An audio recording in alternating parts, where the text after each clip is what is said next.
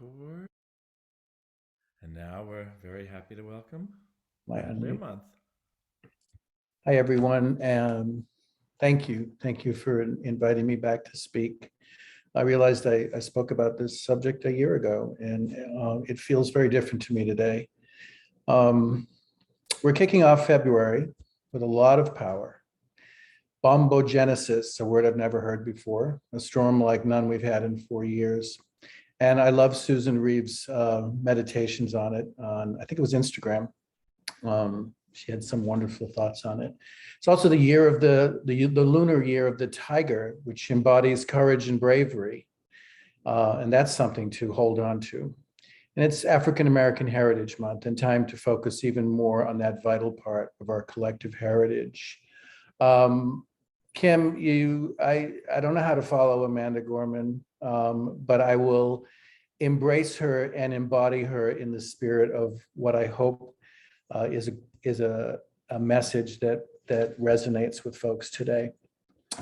Certainly, she has the power of distilling essential stuff down to a beautiful poem.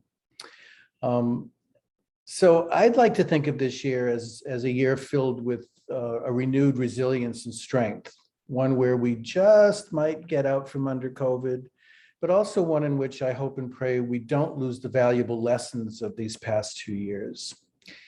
So I've been mulling about over this word power and its meanings. Fundamentally, it means having the ability to influence.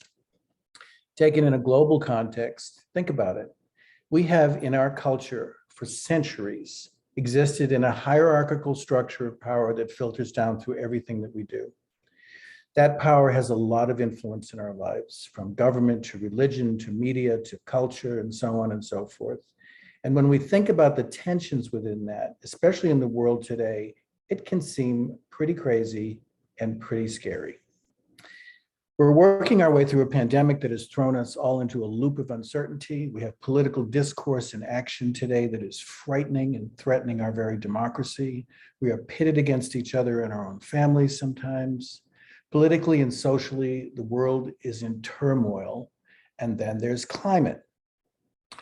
I love the New York Times Arts and Leisure section heading today. It says, apocalypse whatever. From Don't Look Up to Search Party, we're awash in parables and warnings, but global warming is outpacing our emotional capacity to describe it. And there's a picture of a snail in a bathtub looking at an iPad, drinking a glass of sparkling rosé, looking out a window at an apocalyptic landscape. So a little humor, but there's a reality to all this, and it's shaking us to our core, and I hope it's a core in which we can realize our power. So what I'm hoping is that we can begin a radical shift toward a more shared experience of a different kind of power. A lot of readings and messages have been landing at my feet as I've been thinking about this talk, and just this week, a new book by Catherine Schultz called Lost and Found has emerged.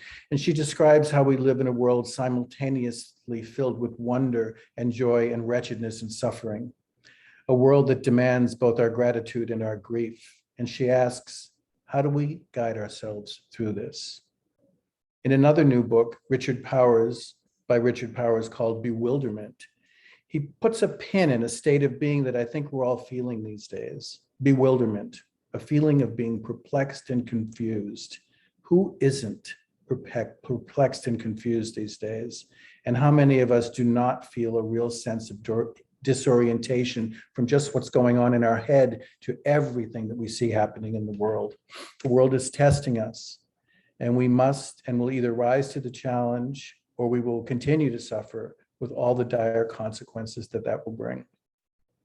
So as is my usual, I'm going to weave between the micro and the macro because I truly believe that the power within each of us is inextricably connected to and reliant on the power of us together. Ernest Holmes says, through spiritual discernment, we see that we have within us a power which is greater than anything we shall ever contact. A power that can overcome every obstacle in our experience and set us safe, satisfied, and at peace healed and prosperous in a new light and a new life. To me, this speaks of the personal journey every person on the planet has, and every spiritual and wisdom tradition in one way or another has been created to guide us through, including science. My analyst tells me essentially the same thing every week as I move through my own inner terrain of landmines. And the greatest lesson I've learned in these past few years is to stop, to pause, to go ever more deeply and listen ever more sharply, and to slow down. There is a universe of deep awareness and love that we barely touch with all the noise flooding us every second of our days. I've actually slowed my consumption of news to a trickle, and I'm working on lessening my time on devices. My husband is going, yeah, right. Devices breed divisiveness. So slow down, listen deeply, and as Bell Hooks said, insist on love.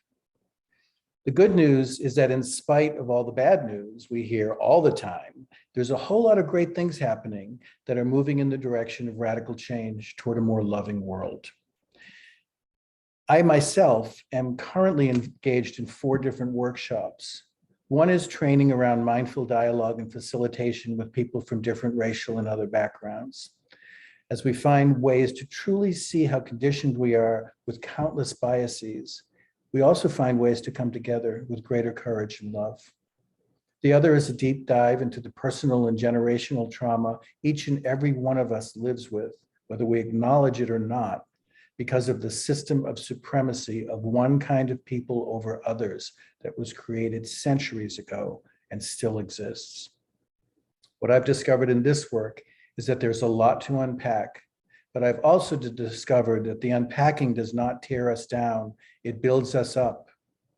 I'm not learning to hate myself as one narrative out there insists. I'm learning to become more whole and more powerful than I have ever imagined. 2 other workshops I'm involved in take a broader approach. One is a spirituality and science forum working to engage in fundamental transformation of individuals and institutions, with a focus this year on human nourishing and how that plays out in things like hope, suffering, deep listening, etc. The other is work called emergent dialogue, and it is described as a new quality of being together, more complex perspectives on issues, creative solutions to problems. In our chaotic time, humans need to be able to come together and co-create as we have never done before. These last 2 sound kind of esoteric, and sometimes I feel like they are, but there's a core essential piece to them that is engendering a new way of being in space together, seeing what is between us and how we can communicate differently and be in community differently. These are all exercises in discovering a whole new way of being in the world, one that brings us together as we should be.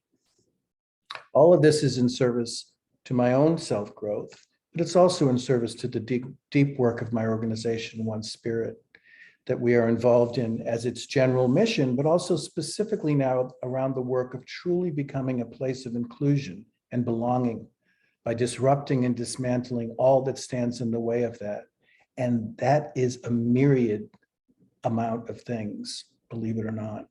It has been a deep exercise in collective action that is thriving because of committed individuals in their deep personal work. That is power.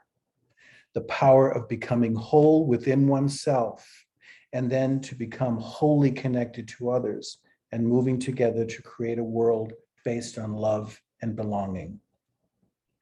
A world where power is through love and collective wisdom, and not on having and holding control over each other to bend to your will. Having to control others to bend to your will. And part of that bending is the perpetuation of violence in one form or another toward our fellow beings. Violence of language and thought, and violence of action, human and otherwise. So I offer that the inner work of the individual is deep and never-ending, and maybe looks different than we're used to thinking of it as. It requires great courage, a piercing and uncompromising look, But if we're showing ourselves great love, we find only reward in the end. And when we extend that same principle to the rest of the world, beginning with what and whom is closest to us, we find ways of listening and being together that bridge all kinds of things. Example, I have neighbors, a couple down the street. She's liberal, he's not. He's anti-vaccine, she's not. He got COVID and gave it to her, and they both got very sick. If I followed the narrative that so many would like us to follow, I would have looked at him and said, serves you right, you so-and-so, blah, blah, blah, and look what you did to your wife, shame, shame, shame, you idiot, you. But we picked up the phone, inquired about their well-being, asked if we could do anything, and let them know we were right there and wished them a speedy recovery. All of that other stuff receded into a wasteland where it belongs.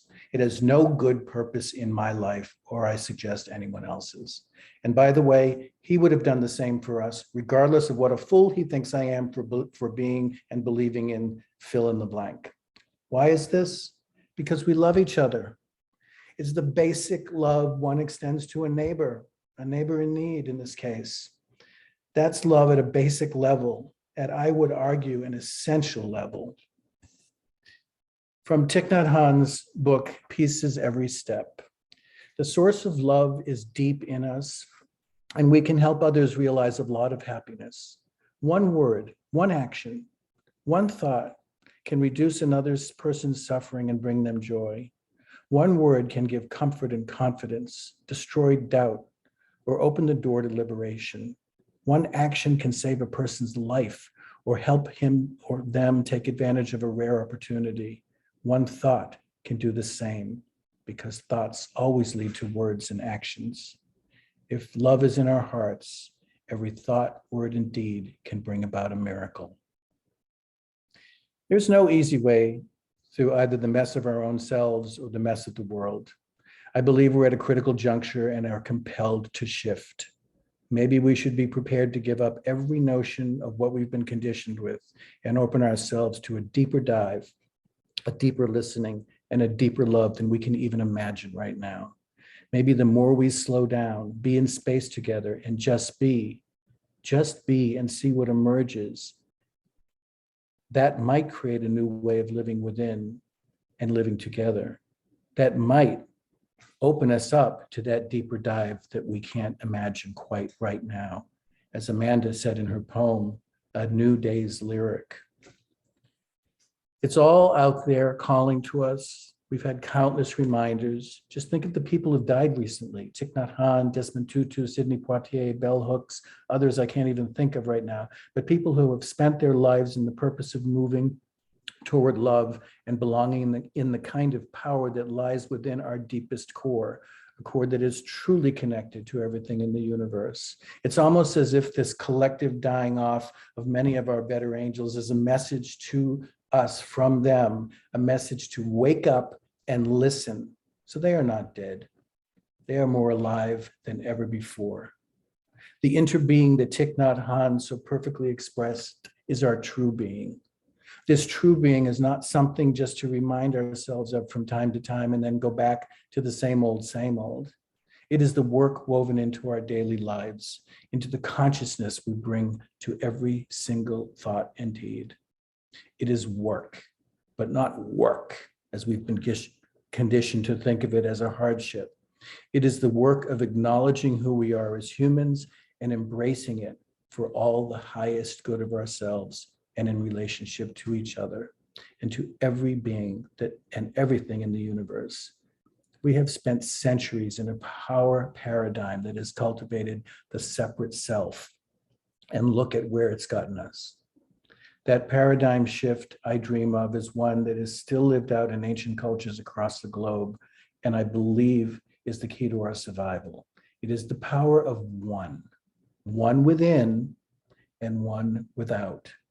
There is no shame, hatred, self or other in this work. There is only acknowledgement and reaching deep into that which we already know from source.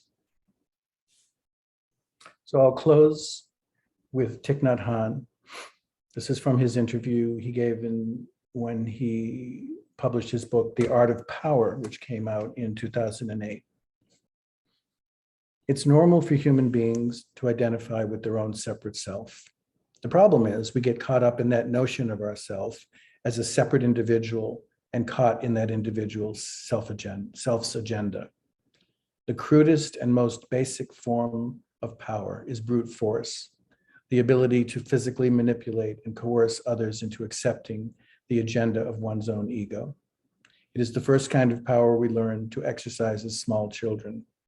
Then as we evolve and mature, individually or as a society, we discover other somewhat finer instruments of affecting our own will, manipulating others by giving and withholding things that they need or want, such as food, shelter, money, respect, affection, or sex.